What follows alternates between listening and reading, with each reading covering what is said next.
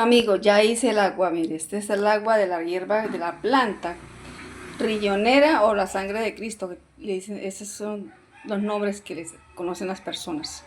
Esta, mire, ya hice el agua, vea, es para aplicarle en las heridas y también sirve para tomar, o sea, externo y interno, ¿sí me entiende?